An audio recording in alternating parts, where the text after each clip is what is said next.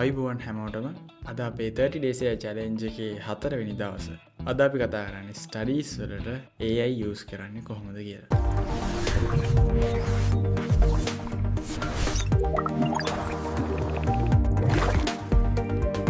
අපි කලින් එපිසෝඩ් එකේ කතා කරා machine learning, neural network සහ deep learning කියන concept තුන ගැන සරලව.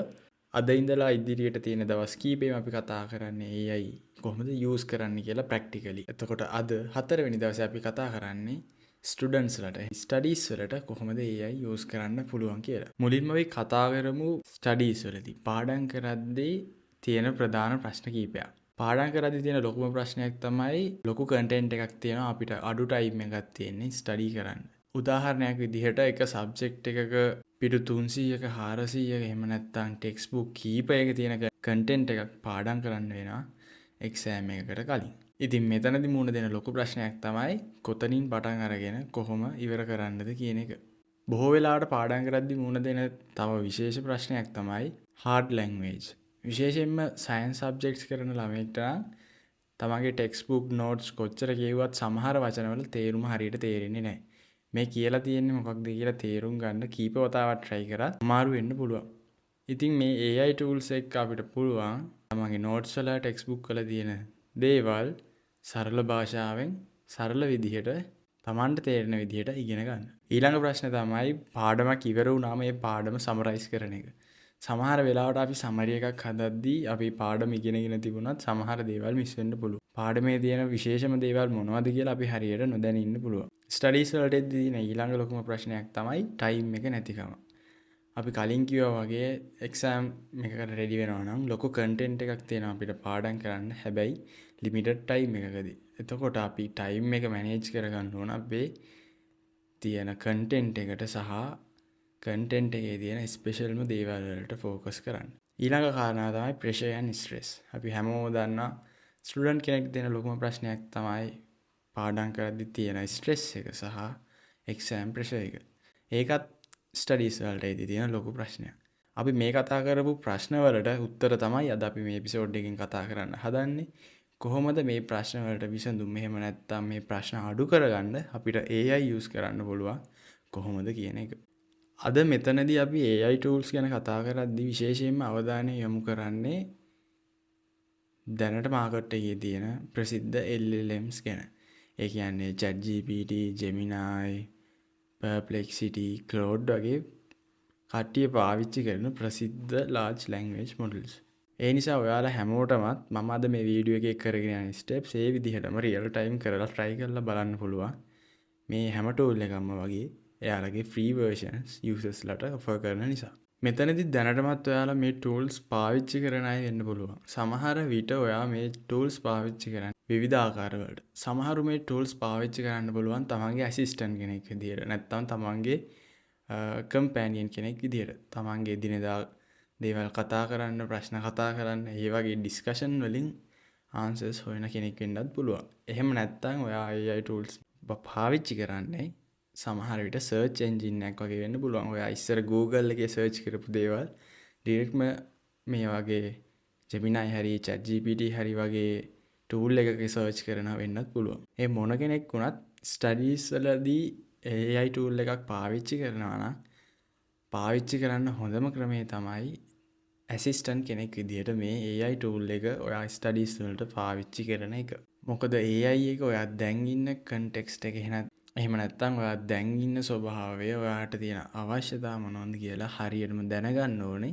එහෙම අවස්ථාවක තමයි ඔයාගේ තත්ත්වයට ගැළපෙන විදිහට හරිම ප්‍රයෝජනයක් මේ AI tools වලින් ගන්න පුළුවන්. ඒ ගැන මේ වීඩියෝ එකේ ඉස්සරහට කතා කරන්නම් කොහොමද හරියටම ස්ටඩීස් වලදී AI tool එකකින් ප්‍රශ්න අහන්න සහ අපිට අවශ්‍ය පිළිතුරු ගන්න කියලා. අපි දැන් කතා කරමු AI tool එකකට කොහොමද ඔයාගේ ස්ටඩීස් වලට උදව් කරන්න පුළුවන් කියන එක. පළවෙනි එක තමයි AI tool එකකට පුළුවන් ලොකු content එකක් තියෙන topic සරලව break down කරන්න. සමහර විට ඔයා පාඩම් කරද්දී ඔයාට තියෙන්න පුළුවන් කවදාවත් open කරලා නැති chapters තියෙන්න පුළුවන්. ඒ වගේ වෙලාවක ඔයා time consume කරන් ඔයාට ලොකු time එකක් දෙන්න වෙනවා මේ දේවල් ආපහු refer කරන්න.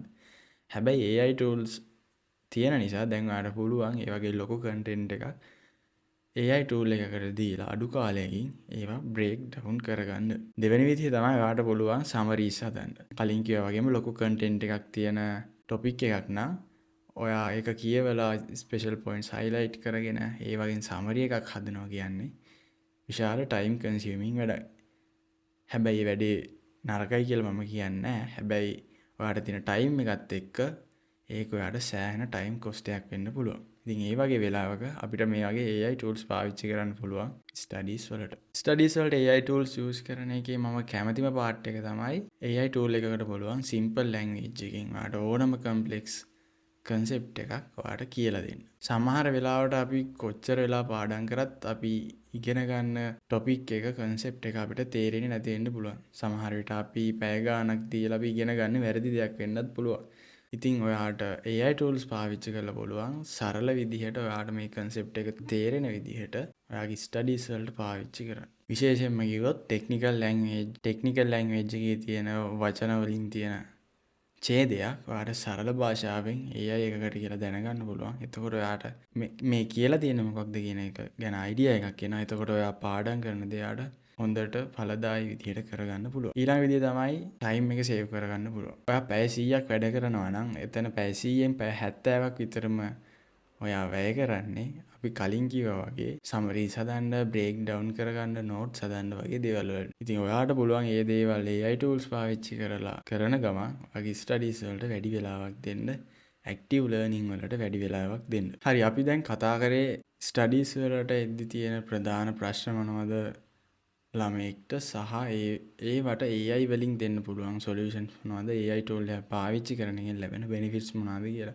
අපි දැන් බලමු හරියටම practical විදිහට කොහොමද මේ AI tools studies වලට පාවිච්චි කරන්නේ කියලා. මම මේ වගේ ගන්නවා එක topic එකකට අදාළ note එකක්. මෙතන ඡේද කීපයක් තියෙනවා අපේ topic එකට අදාළ content එකේ. දැන් අපි හදන්නේ මේක පාවිච්චි කරලා අපේ studies වලට ගැලපෙන notes, summaries, short notes වගේ දේවල් හදාගන්න විදිහ පෙන්වන්න. මම මේකට අද use කරන්නේ ChatGPT කියන AI tool එක. මීට අමතරව අනිත් ඕනම AI tool එකක් ඔයාලට පාවිච්චි කරන්න පුළුවන්. මුලින්ම කරන්න තියෙන්නේ සරල දෙයක්. ඔයාගේ අදාළ content එක තියෙන PDF format එකේ නම් ඔයාලට වැඩේ ලේසි. එහෙම නැත්නම් ඒක තියෙන්නේ website එකක වගේ නම් ඔයාලට text එක copy කරලා ගන්න පුළුවන්. එහෙම නැත්නම් ඔයාගේ ලියපු note එකක් නම් ඔයාට පුළුවන් ඒ note එකේ photos කීපයක් අරගෙන මේ tool එකට දාගන්න. ඔයාට පුළුවන් මේ විදිහට ඔයාගේ document එක upload කරන්න. එහෙම නැත්නම් images upload කරන්න. එහෙම නැත්නම් ඔයාට තියෙන්නේ copy කරගත්ත content එකක් නම් මේ විදිහට මෙතන chat box එකේ ඒක paste කරගන්න පුළුවන්. ඊට පස්සේ තමයි මේ වැඩේ තියෙන විශේෂම part එක. හරි විදිහට prompt එක දෙන්නේ කොහොමද කියන එක. මොකද්ද මේ prompt එක කියන්නේ? prompt එක කියන්නේ ඔයා AI tool එකට දෙන instruction එක, දෙන command එක. ඔයා AI tool එකට දෙන command එකේ quality එක වැඩි වෙන තරමට ඔයාට හම්බ වෙන output එකේ result එකේ quality එකත් අනිවාර්යයෙන්ම වැඩි වෙනවා. ඔයා දෙන්නේ වචන කීපයකින් පොඩි instruction එකක් නම් එයාට හිතා ගන්න අමාරුයි මොන වගේ දෙයක්ද මේ කියන්නේ කියලා. එයා දීපු පොඩි දත්ත ප්‍රමාණය පාවිච්චි කරලා ඔයාට උත්තරයක් දෙනවා. හැබැයි ඒක ඔයා අපේක්ෂා කරපු මට්ටමේ එක නොවෙන්න පුළුවන්.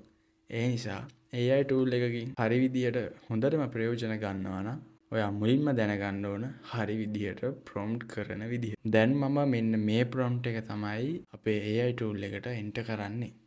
දැන් අපි සරල prompt එකක් දීලා අපේ note එකක් summarize කරගත්තා. ඔයාට පුළුවන් තව ප්‍රශ්න අහන්න. උදාහරණයක් විදියට මම මේ විදියට දෙනවා. I don't understand this part in this lesson. Please explain it in simple words. අපි මේ prompt එක දුන්නාට පස්සේ ඒ අදාළ කොටස අපිට තේරෙන්නේ නැති කොටස එයා simple විදිහට explain කරලා අපිට තේරෙන විදිහට තව output එකක් දෙනවා. දෙවෙනි විදිහ තමයි ඔයාට පුළුවන් exam questions create කරගන්න. ඔයා හදාගත්ත summary එකට අදාළව ප්‍රශ්න කීපයක් ඔයාට මේ AI tool එකෙන්ම හදාගන්න පුළුවන්. එතකොට ඔයාට තව මේ content එක practice කරන්න පුළුවන්. මෙතනදී මම මේ වගේ prompt එකක් දෙනවා. Create 10 exam questions from this lesson.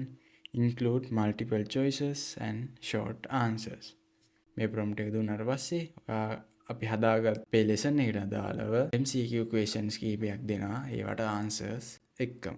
ඔයාට කරන්න පුළුවන් ඊළඟ දේ තමයි ඔයාට පුළුවන් revision note එකක් මේකෙන් හදාගන්න. ඔයා මේ විදිහේ prompt එකක් දුන්නොත් එහෙම ඔයාට පුළුවන් ඔයාට match වෙන විදිහට පොඩි වෙලාවකින් පාඩම රිවයිස් කරගන්න පුළුවන් විදිහේ note එකක් හදාගන්න. මම ඒකට දෙනවා මේ විදිහේ prompt එකක්. තව tip එකක් තමයි මෙතනදී ඔයාට කිසිම language barrier එකක් නැහැ. ඔයාට පුළුවන් ඔයාගේ note එක English එකක් නම් එහෙම නැත්නම් සිංහල එකක් වෙන ඕනම භාෂාවක දෙයක් නම් ඔයාට පුළුවන් සරලව දීලා ඒ document එක note එක ඔයාගේ language එකට translate කරගන්න.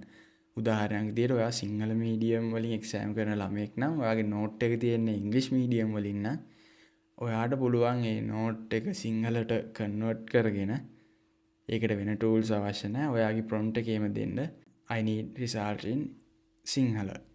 ඒ වගේ පොඩි ලයින් එකක් දුන්නා නම් සම්පූර්ණ process එකම සම්පූර්ණ output එකම ඔයාගේ language එකකින් ඔයාට ගන්න පුළුවන්. ඔයාට ඊළඟට කරන්න පුළුවන් විශේෂ දෙයක් තමයි මේ විදිහට notes හදනවා වගේම ඔයාට පුළුවන් ස්ටඩි ප්ලෑන් එකකුත් AI ටූල් එකට කියලා හදාගන්න. මේ වීඩියෝ එකේ මුලින්ම කිව්වා වගේ ප්‍රොම්ප්ට් එකේ ක්වොලිටි එක වැඩි වෙන තරමට ඔයාලට හම් වෙන රිසල්ට් එකේ ක්වොලිටි එක වැඩි වෙනවා. මේ වීඩියෝ එකේදී මම ඒක ගැන වැඩි අවධානයක් යොමු කරේ නැහැ. මොකද අපේ සීරීස් එක ඉස්සරහට කතා කරන්න ඉන්න එකක් තමයි ඒක. ඒ නිසා අද වීඩියෝ එකේ ඒ තරම් දුර ප්‍රොම්ප්ටිං ගැන මම කතා කරන්න ගියේ නැහැ. ඔයාලට අවශ්‍ය නම් අද කතා කරපු AI tools වලට links මම use කරපු prompts ඔයාලට copy කරගන්න පුළුවන් විදිහට මම document එකක් description එකේ දාන්නම්. ඒකත් අවශ්‍ය අය අරගෙන බලන්න. අද අපේ වීඩියෝ එක ටිකක් පොඩි වීඩියෝ එකක්, practical පැත්තට බර එකක්.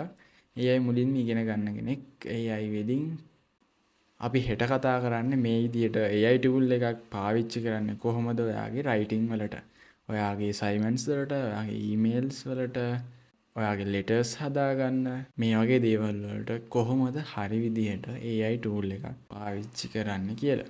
ඒ වගේම අද වීඩියෝ එකේ වැඩිදුර කතා නොකරපු prompting ගැන, එහෙම නැත්නම් හරි විදිහට කොහොමද AI tool එකකින් result එකක් ගන්න අපි කොහොමද instructions දෙන්න ඕනේ, කොහොමද හොඳ prompt එකක් ලියන්නේ කියන එක ගැනත් අපි හෙට වීඩියෝ එකේ කතා කරනවා. එහෙනම් අදට වීඩියෝ එක ඉවරයි. අද වීඩියෝ එකට ඔයාලා කැමති නම් like එකක් දාන්න. අපේ ඊළඟ වීඩියෝස් බලන්න ඔයා කැමති නම් channel එක subscribe කරලා bell icon එක click කරලා තියන්න. අපේ ඊළඟ episode එක වැටුණ ගමන්ම ඔයාට බලන්න පුළුවන්. එහෙනම් හැමෝටම ජය වේවා.